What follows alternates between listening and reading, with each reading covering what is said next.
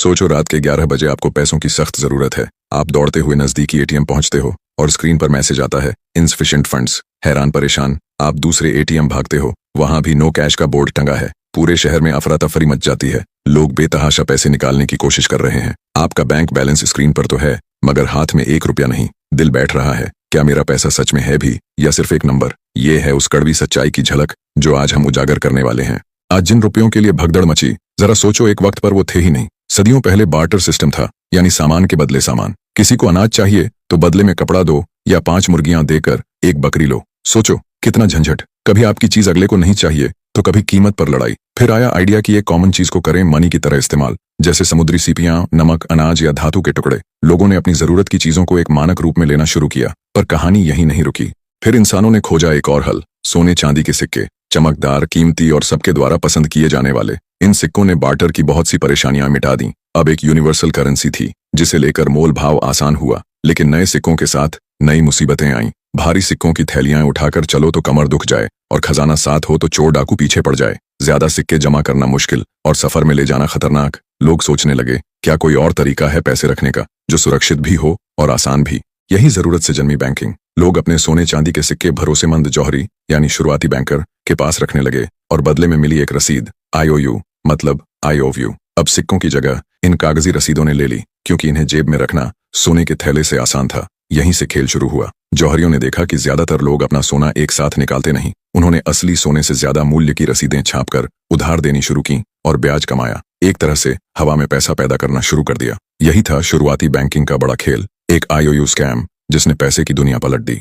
आज वही खेल मॉडर्न बैंकिंग में फ्रैक्शनल रिजर्व के नाम से जारी है। मान लो आप बैंक में 1000 रुपये जमा करते हो। बैंक उसका करीब 10% यानी 100 रुपये रिजर्व रखकर 900 रुपये आगे लोन दे देता है। कमाल देखो, आपके अकाउंट में 1000 रुपये बना रहा, पर बैंक ने 900 नए रुपये बनाकर सिस्टम में डाल दिए। जिसको 900 रुपये लोन मिला वो आगे चलकर इसे किसी बैंक में जमा करेगा और बैंक उसका फिर 90% आगे उधार देगा। कुछ ही कदमों में 1000 से कई गुना ज्यादा पैसा, मसलन 10,000 तक सिस्टम में बूम पैदा हो जाता है ना जादू। लेकिन याद रखो, इन जादुई रुपयों का ज्यादातर हिस्सा ना नोट है ना सिक्का, सिर्फ कंप्यूटर पर नंबर है। सोचो, आपके 100 रुपये में से 90 तो बस बैंक के रिकॉर्ड की एंट्री है। क्या ये सिस्टम भरोसेमंद है या छलावा? आपकी राय क्या है? राय। लेकिन इस जादू की हकीकत तब कड़वी बन जाती है जब भरोसा टूटता है। मान लो कोई अफवाह उड़ती है कि फलां बैंक डूबने वाला है, फिर क्या? सारे लोग भागते हैं अपना पैसा निकालने। कुछ वैसा ही दृश्य जैसा शुरुआत में देखा था, जिसे बोलते हैं बैंक रन। लेकिन बैंक के पास तो सिर्फ 10% रिजर्व है ना, सबको कैसे देगा? नतीजा, कुछ ही घंटों में बैंक का कैश खत्म। लंबी लाइनें, गुस्साए ग्राहक,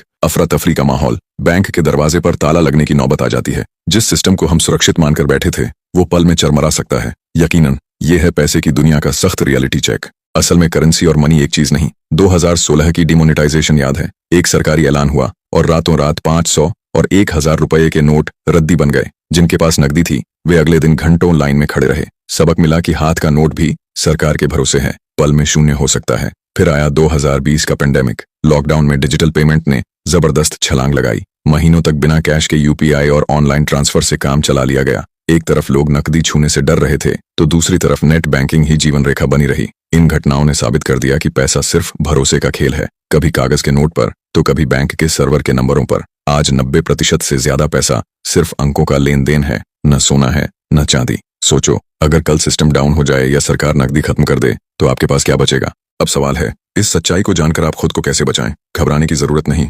अपनाएं ये 3 स्ट्रीट स्मार्ट मूव्स। 1. कैश का कुशन। हमेशा थोड़ी नकदी घर पर सुरक्षित रखें। अगर बैंक कुछ दिन के लिए बंद हो जाए या तकनीक धोखा दे तो कम से कम बुनियादी खर्च चल सकें। 2. डाइवर्सिफाई। सारे अंडे एक टोकरी में मत रखें। अपनी बचत को अलग अलग बैंकों, अलग अकाउंट और तरह तरह के एसेट्स में फैलाएं। कोई एक बैंक डूब भी जाए तो आपकी सारी पूंजी एक झटके में नहीं डूबेगी। 3. सोने में निवेश। डिजिटल नंबरों पर 100% निर्भर मत रहें। अपनी पूंजी का एक हिस्सा सोना चांदी जैसे फिजिकल एसेट में लगाएं, जिनकी कीमत सदियों से कायम है। थोड़ा सोना तिजोरी में होगा तो मन को भी सुकून रहेगा। इन कदमों से आप पैसों के मामले में काफी हद तक सुरक्षित रहोगे। बताइए, इनमें से कौन सा कदम आप पहले से फॉलो कर रहे हैं?